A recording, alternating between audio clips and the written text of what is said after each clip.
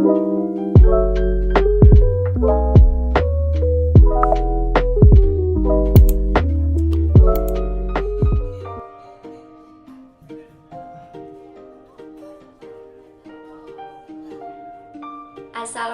warahmatullahi wabarakatuh.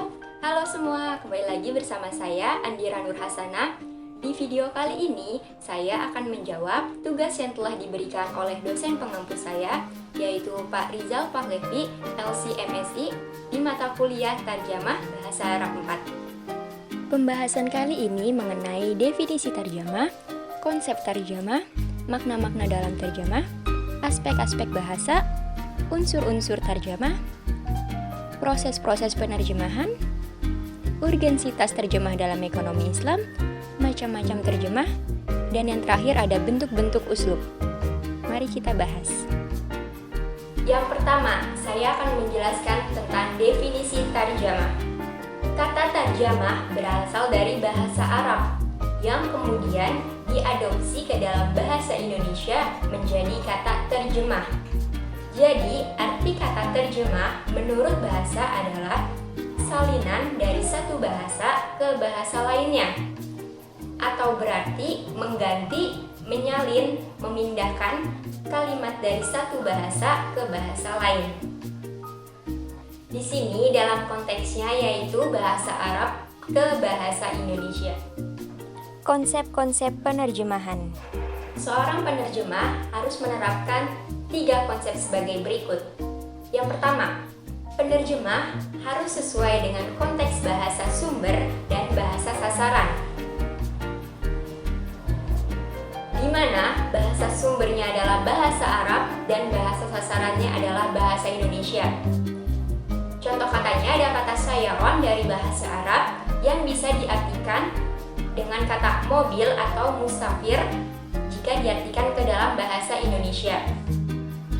Yang kedua, penerjemah harus sesuai dengan gaya bahasa sumber dan gaya bahasa sasarannya. Contohnya seperti terdapat pada kaidah nahwiyah. Yang ketiga, penerjemah harus sesuai dengan ciri khas bahasa sumber dan ciri khas bahasa sasarannya. Pembahasan selanjutnya mengenai makna-makna yang terkandung dalam setiap bahasa. Makna-makna yang terkandung dalam setiap bahasa ada 5. Yang pertama ada makna leksikal, yang kedua ada makna gramatikal, yang ketiga ada makna kontekstual dan situasional, yang keempat ada makna tekstual, dan yang terakhir ada makna sosiokultural. Mari kita bahas satu persatu. Yang pertama ada makna leksikal. Makna leksikal adalah makna unsur-unsur bahasa sebagai lambang atau peristiwa dan lain sebagainya. Yang kedua, ada makna gramatikal. Makna gramatikal adalah hubungan antara unsur-unsur bahasa dalam satuan yang lebih besar. Contohnya, hubungan suatu kata dalam frasa dan klausa. Selanjutnya ada makna kontekstual dan situasional. Adalah hubungan antara ujaran dan situasi di mana ujaran tersebut dipakai. Yang keempat, ada makna tekstual. Makna tekstual adalah makna yang berkaitan dengan isi suatu teks secara keseluruhan. Perbedaan jenis teks dapat menimbulkan makna suatu kata menjadi berbeda. Dan yang terakhir adalah makna sosiokultural. Makna sosiokultural adalah makna yang erat kaitannya dengan sosio-budaya pemakai bahasa. Pembahasan selanjutnya, aspek-aspek bahasa. Aspek-aspek dalam bahasa terdiri menjadi 3 aspek. Yang pertama, aspek semantik. Kata semantik diambil dari kata sema dalam bahasa Yunani yang berarti tanda atau lambang, yang merupakan cabang linguistik yang membahas tentang arti dan makna. Jadi, aspek semantik adalah ilmu yang menelaah lembaga-lembaga atau tanda-tanda yang menyatakan makna atau hubungan antara makna satu dengan makna lainnya. Aspek semantik ini juga berkaitan dengan sosiologi, filsafat, dan psikologi, di mana aspek semantik ini menerjemahkan berdasarkan kontekstual yang menyatukan gramatikal teks dengan aspek kontekstualnya. Aspek yang kedua ada aspek morfologi. Aspek morfologi adalah sorof atau perubahan kata, merupakan cabang ilmu bahasa yang mengkaji seluk-beluk bentuk kata dan perubahannya, serta dampak dari perubahan itu terhadap arti atau maknanya. Aspek yang ketiga ada aspek sintaksis. Aspek sintaksis adalah sebuah ilmu bahasa yang di dalamnya mengkaji tentang kata dan kelompok kata yang membentuk frasa, kalimat, dan klausa. Tidak hanya bentuknya, aspek sintaksis ini juga mengkaji tentang struktur frasa dan kalimat, serta membahas antar kata dan antar kalimatnya. Pembahasan selanjutnya mengenai unsur-unsur dalam terjemah. Ada 4 unsur dalam terjemah. Yang pertama, bahasa sumber. Dalam konteks ini, bahasa sumber merujuk kepada bahasa Arab, yang merupakan bahasa penggunaan pengarang aslinya. Dan seorang penerjemah harus mempunyai kapabilitas pengetahuan terhadap buku sains yang akan diterjemahkannya. Atau bisa dikatakan juga, seorang penerjemah harus menguasai buku apa yang ingin dia terjemahkan, seperti apa judulnya, apa pembahasannya, dan lain sebagainya. Yang kedua, bahasa sasaran. Dalam konteks ini, bahasa sasarannya merujuk kepada bahasa Indonesia, yaitu bahasa terjemahan tempat penggagasan itu tertuang. Istilah-istilah yang diterjemahkan harus sesuai dengan maknanya, dan penerjemah pun harus menguasai bahasa sasaran tersebut. Unsur yang ketiga yaitu unsur yang sangat penting dalam proses penerjemahan. Ada unsur pesan. Unsur pesan ini merupakan pengalihan pesan dari bahasa sumber ke bahasa sasaran, merupakan inti dari proses penerjemahan. Untuk mencapai unsur pesan tersebut, diperlukan adanya analisa teks agar mencegah terjadinya kesalahan dalam menerjemahkan. Unsur yang keempat, ada pandanan. Unsur pandanan adalah kesetaraan makna atau kata antara bahasa sumber dengan bahasa sasarannya, di mana tidak ada yang berubahnya makna kiasan maupun makna gramatikalnya dalam bahasa sumbernya. Dalam melakukan penerjemahan, ada 7 proses yang harus dilakukan oleh seorang penerjemah agar meminimalisir terjadinya kesalahan saat penerjemahan. Yang pertama ada penjagaan, yang kedua ada analisa, yang ketiga ada pemahaman, yang keempat ada peristilahan, yang kelima ada perakitan, yang keenam ada pengecekan ulang, dan yang terakhir ada diskusi hasil. Mari kita bahas satu persatu. Proses yang pertama dilakukan adalah proses penjajakan. Seorang penerjemah harus mengetahui lebih dulu seluk-beluk bahasa sumbernya atau yang ingin ia terjemahkan, seperti judulnya apa, membahas tentang apa, pengarangnya siapa, dan lain sebagainya tentang seluk-beluk terjemahannya. Yang kedua, proses analisa. Setelah itu, penerjemah harus mulai menganalisa teks bahasa sumbernya dengan cermat dan teliti. Yang ketiga ada proses pemahaman. Setelah melakukan analisa, selanjutnya penerjemah harus mulai memahami dari segi isi, bentuk teks yang akan ia terjemahkan. Yang keempat ada proses peristilahan. Pada proses ini, penerjemah harus memperhatikan dan mempertimbangkan dengan baik kata-kata atau frasa dalam kalimat yang bersangkutan untuk memastikan tidak terjadinya kesalahan dalam pemahaman arti atau makna. Proses selanjutnya ada proses kelima, yaitu perakitan. Setelah semua proses sebelumnya sudah terkumpul, selanjutnya penerjemah mulai merakit semua bahan yang ada menjadi suatu bentuk yang sejalan dengan pemahaman bahasa yang baik dalam bahasa sasarannya atau ke bahasa Indonesianya. Proses yang keenam, ada proses pengecekan. Pada tahap ini, penerjemah melakukan pengecekan ulang guna mencari kesalahan-kesalahan yang terjadi pada proses-proses sebelumnya.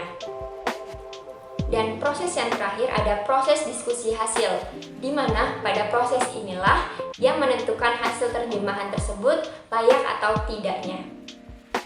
Bahasan selanjutnya mengenai urgensitas terjemah dalam ekonomi Islam. Urgensitas terjemah dalam ekonomi Islam atau bisa disebut juga dengan pentingnya terjemah dalam ekonomi Islam.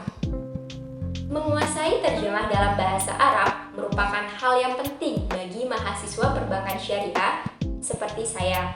Sebagaimana pepatah Arab mengatakan, "Al-lughatul miftahu ulum", atau artinya adalah bahasa adalah kunci untuk mendapatkan segala ilmu dan perbankan termasuk di dalamnya. Syarat untuk menguasai perbankan syariah adalah harus memahami segala landasan, prinsip, dan desainnya yang sesuai dengan syariat Islam. Penguasaan terjemah bahasa Arab sangat diperlukan untuk menggali sumber-sumber utama hukum Islam, landasan, prinsip, dan implementasinya, sehingga terjemah bahasa Arab adalah jalan untuk mencapai syarat tersebut. Selanjutnya mengenai macam-macam terjemah. Yang pertama ada terjemah fauriyah. Terjemah fauriyah adalah terjemah yang dilakukan secara langsung atau tanpa suatu persiapan, seperti interpreter yang menerjemahkan atau meringkas pidato di diskusi atau seminar. Yang kedua, ada terjemah huriyah. Terjemah huriyah adalah terjemahan bebas tanpa terikat alih bahasa kata ataupun kalimat, dengan tujuan untuk menyampaikan makna yang terkandung di dalam teksnya. Contoh katanya itu seperti nizam, yang artinya kebijakan atau sistem. Selanjutnya, terjemah harfiah, yaitu pengalihan bahasa sesuai dengan urutan kata bahasa sumber. Bisa disebut juga upaya penerjemahan dengan menggunakan kamus. Sebutan lain untuk terjemah harfiah yaitu terjemah lafziyah atau musawiyah. Kelemahan dari terjemahan harfiah menyebabkan pengkaburan makna dan pesan. Lalu ada terjemah maknawiyah atau bisa disebut juga dengan terjemah tafsiriyah, yaitu alih bahasa tanpa terikat dengan urutan kata atau susunan kalimat bahasa sumbernya, dengan mengutamakan penyampaian makna daripada arti perkatanya. Contohnya ada kata al-falsafah al-igrokiyah, yang artinya filsafat Yunani. Dan yang terakhir ada terjemah mumatsilah, yaitu penerjemahan dengan menggunakan bahasa yang sama. Bahasa sumber dengan bahasa sasarannya merupakan satu bahasa. Terjemahan mumatsilah ini juga menerjemahkan dan menjelaskan pesan yang terkandung di dalam teks suatu bahasa. Pembahasan yang terakhir mengenai gaya bahasa atau uslub.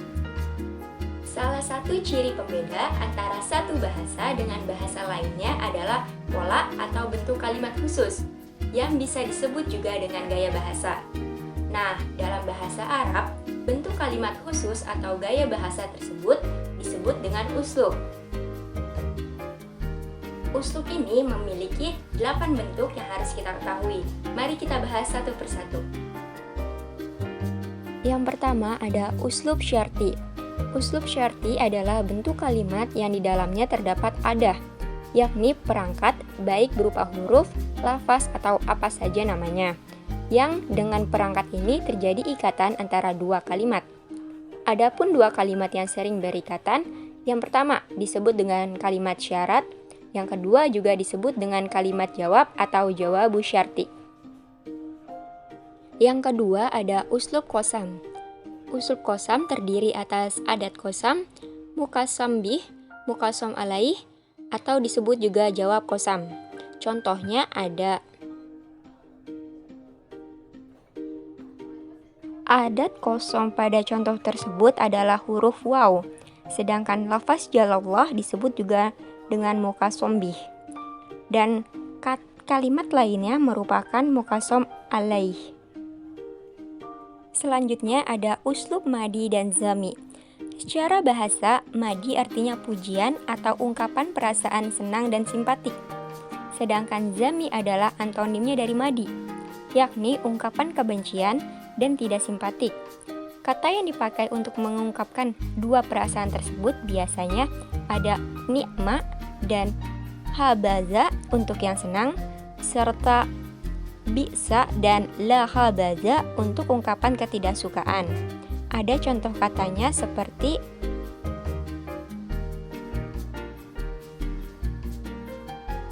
dari contoh pertama merupakan ungkapan perasaan senang, pujian, dan apresiatif kepada orang-orang yang berlaku adil. Kemudian dikhususkan perasaan tersebut kepada Umar bin Abdul Aziz. Karenanya, uslub seperti ini berfungsi mentaukidkan pujian dan kesenangan. Demikian juga halnya pada contoh kedua, mengkhususkan untuk perasaan tidak senang. Selanjutnya ada uslub ta'ajub. Secara bahasa, ta'ajub artinya kekaguman atau keheranan. Jadi, uslub ta'ajub adalah ungkapan kalimat yang terlontar dari seseorang yang terkagum atau terheran pada satu hal. Selanjutnya ada uslub igro dan tahzir. Igro adalah perintah atau anjuran untuk melakukan pekerjaan terpuji. Sedangkan tahzir adalah perintah atau peringatan untuk tidak melakukan pekerjaan tercela. Jadi, uslub igro adalah pola pembentukan kalimat atau gaya bahasa yang dipakai untuk penganjuran atau harapan melakukan perbuatan terpuji. Sedangkan uslub tahzir adalah pola pembentukan kalimat peringatan agar tidak melakukan perbuatan tercela. Contoh ungkapan dalam igro adalah at-ta'ah wa nal ala biri wat taqwa. Contoh ungkapan dalam tahzir ada kalimat at-taha wa nafi ada'a il ajibi. Lalu ada uslub ikhtiso. Uslub ikhtiso adalah uslub yang isim zohirnya disebutkan setelah damir mutaqolim untuk menjelaskan dan mempertegas maksud pembicaraan. Isim zohir yang menjelaskan maksud dalam isim domir dengan maksus. Bisa juga isim zahir disebutkan setelah damir muhatab, namun hal seperti ini itu sangat jarang. Untuk domir goib tidak bisa dijelaskan dengan isim zohir dalam kalimat. Lalu ada uslub istighosah. Secara bahasa, istighosah adalah bentuk masdar dari fi'il yang artinya meminta pertolongan atau bantuan. Jadi, uslub istighosah adalah bentuk kalimat yang biasa dipakai orang Arab untuk meminta bantuan atau pertolongan. Pada hakikatnya, uslub ini termasuk dari bagian uslub nida, yakni untuk memanggil. Hanya bedanya, panggilan dalam uslub istighosah dikhususkan kepada zat atau orang yang bisa menolong permasalahan. Selanjutnya ada uslub yang terakhir, yaitu uslub istifham. Uslub istifham adalah bentuk atau pola kalimat interrogatif, yakni satu bentuk kalimat untuk menanyakan sesuatu atau segala hal yang berkaitan dengan sesuatu tersebut. Ada beberapa perangkat atau adah untuk menentukan uslub ini, dan disebut perangkat interrogatif. Cukup sekian penjelasan yang bisa saya sampaikan mengenai seputar terjemah. Mohon maaf apabila ada kesalahan dalam penyampaian materi. Terima kasih. Wassalamualaikum warahmatullahi wabarakatuh.